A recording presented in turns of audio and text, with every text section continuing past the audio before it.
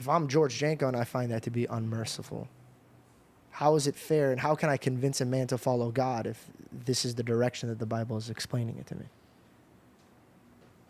Romans 2 talks about. But I love the whole, like, you look at him, you're like, you want to get this one? I'll warm up. When you can't get it, I'll tap me in. And we go back and forth sometimes, especially if it gets real. Well, there's a few questions that get asked at church in front of the entire congregation when we do this Q&A, like we just did this last Sunday.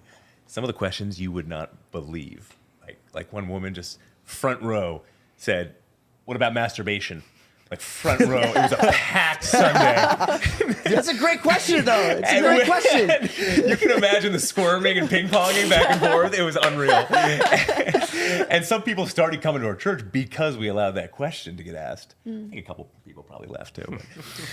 But people heard around town about that. We're circling back to that, by the way. I have that in my arsenal. And we're going to get to that. Just a quick fire.